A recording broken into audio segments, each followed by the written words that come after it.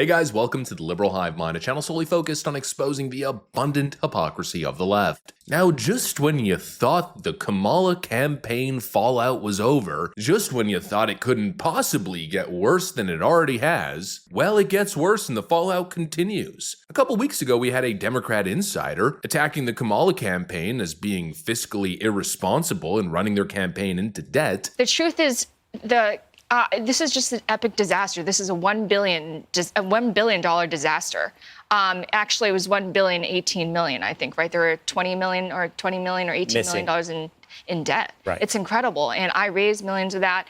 I have friends that I have to be accountable to and to explain what happened because I told them it was a margin of error race. I was promised, Jen O'Malley Dillon promised all of us that Harris would win. She even put videos out saying that Harris would win.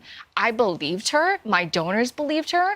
And so they wrote massive checks. I feel like a lot of us were misled. And now this week, we have the host from the infamous Call Her Daddy podcast coming out publicly, almost seemingly with a political agenda, or at least some sort of bone to pick here. Frankly, she seems pissed. She seems annoyed. She seems like she regrets the whole encounter. And she's spilling the beans on just how dishonest, disingenuous, and irresponsible the Kamala campaign really is behind the scenes. It's just not a good look. The Democrat Party seems to be in total freaking free fall. Let me show you guys exactly what happened. Another bombshell story. We got some stuff to get into, so let's roll the tape. All right, folks, so here's the initial clip. We've got the Call Her Daddy podcast host essentially mocking Kamala Harris and the whole interaction and process behind that campaign moment.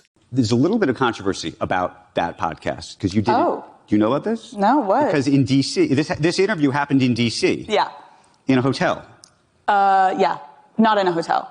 It was like a random house. It was like random house.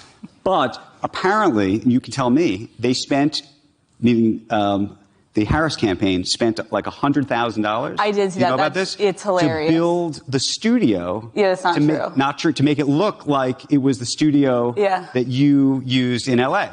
My studio that is gorgeous in Los Angeles doesn't even cost six figures. So I don't know how cardboard walls could cost six figures, but. But do you think they did that?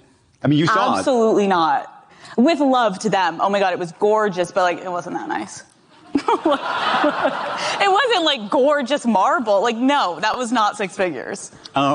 I mean, holy moly, am I right? It seems the Kamala Harris campaign and the DNC has once again suffered another massive self-inflicted wound. You know, basically the story and the drama continues. According to the host, the production for what was supposed to be an authentic podcast appearance turned out to be anything but. Instead of Kamala Harris flying to Los Angeles to join the host in her natural setting, the campaign instead opted to fly her out to a fake podcast room, a literal recreation of her podcast set at Kamala's location. And actually, it has me thinking, I wonder if they had the same strategy for Joe Rogan. So their camp reached out to me. So I said, great, I would love to talk to her.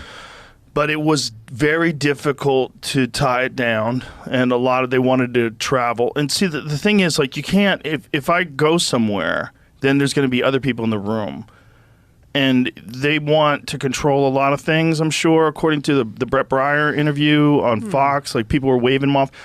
That's a distraction. You know, they were probably trying to do the same thing with Joe. Come, Joe, come to us and we'll recreate your entire studio here in D.C., just like we created Joe Biden's fake White House set so he doesn't trip on wires. And in that case, how much do you think it would have cost? Like $300,000? I mean, wow, the price tag. A staggering $100,000 for what amounts to a cardboard replica of the actual host's space. I'm sure a lot of people would dismiss this as yet again another tabloid headline to just read, scoff at, and move on. But in my view, this 60-second little clip here is very revealing. In my opinion, there's some damning revelations. The first one builds on this narrative that we've been talking about for a while, the way the Democrats seem to fake their grassroots optics. This wasn't a genuine podcast appearance, even though they pretended it was. It was a scripted, sanitized production under the campaign's full editorial control. And that honestly is why I think the Call Her Daddy host is being so vocal and seems frankly so pissed and almost like she's got a vendetta here. I think she regrets the whole thing, and I think she's looking back and saying, you know, I let them micromanage the process. And of course, through that process, the encounter itself was stripped of any authenticity. The Kamala campaign wanted full control of the production. They wanted editorial control. That's probably why the, I think, 1 hour, 45-minute podcast disappeared from the internet, and all that remained was a 7-minute video that got downvoted into oblivion. The Kamala campaign was trying to manipulate things and control outcomes, which is kind of ironic considering how confident they were in their messaging. But if they were truly so confident in their message and their policy and their platform, then why the constant need to manipulate everything? Everything about that campaign was fake. They tried to pretend as if this was just a regular podcast appearance, and the host was just delighted to jump on, but none of it was authentic. And it brings me right back to what we've been talking about, that the Harris campaign relied on paid actors, shills, and choreographed moments rather than anything authentic. They've been utterly exposed, and honestly, it feels like a lot of these independent influencers who took the check, shut up, and just played the game, it seems like a lot of them are left feeling a little bit dirty after the fact, after their reputations have basically tanked into the gutter, and now we're seeing the fallout. You know, the fakeness of that campaign is starting to backfire. That's my first takeaway. And the second takeaway, the second point that I really want to get into, is just the general optics relating to how Democrats seem to spend money. I mean, just think about it. Spending $100,000 on a faux podcast set? It's not just tone deaf, it's insulting to everyday Americans who are struggling with the rising prices and economic uncertainty that these same politicians have inflicted on the nation. And the recklessness of their spending isn't just confined to campaign optics, it reflects the same disregard for taxpayer money when Democrats are in government. I mean, if this is how they treat campaign cash, imagine how they treat your tax dollars. And honestly, I find it perfectly encapsulates the spend now, worry never mindset that permeates their governance. They don't care. They're just collecting other people's money and just spending it like a drug-addicted trust fund baby with no real regard. I mean, they chose to spend 6 figures on a cardboard set while Americans are facing real challenges. It's not just an embarrassing inside story being revealed to the public, it's a symbol of misplaced priorities and a campaign that is completely disconnected from the average person. I mean, Kamala Harris was going, oh, I come from a middle-class family, and going on about how she cares so much about regular people who are struggling. She knows it's hard right now. But she said all that as she was irresponsibly spending $1.5 billion on some of the most useless crap that you could possibly imagine. It's just the perfect metaphor. And you know, to really put it into perspective, they spent $100,000 on putting up a couple walls and installing a couple chairs. Now imagine what they're doing with your taxpayer dollars, or what Kamala Harris would be doing with your taxpayer dollars had she won the 2024 election. Completely disgraceful. But thankfully that bullet was dodged. And now, I mean, we really get to see it put into clear perspective just how bad it could have been. Another horrible revelation, another horrible story headline for the Democrat establishment. It just keeps getting worse. Anyways, that's pretty much what I got for you guys on this one. Hopefully you enjoyed the video. If you did, make sure to leave a like and possibly subscribe.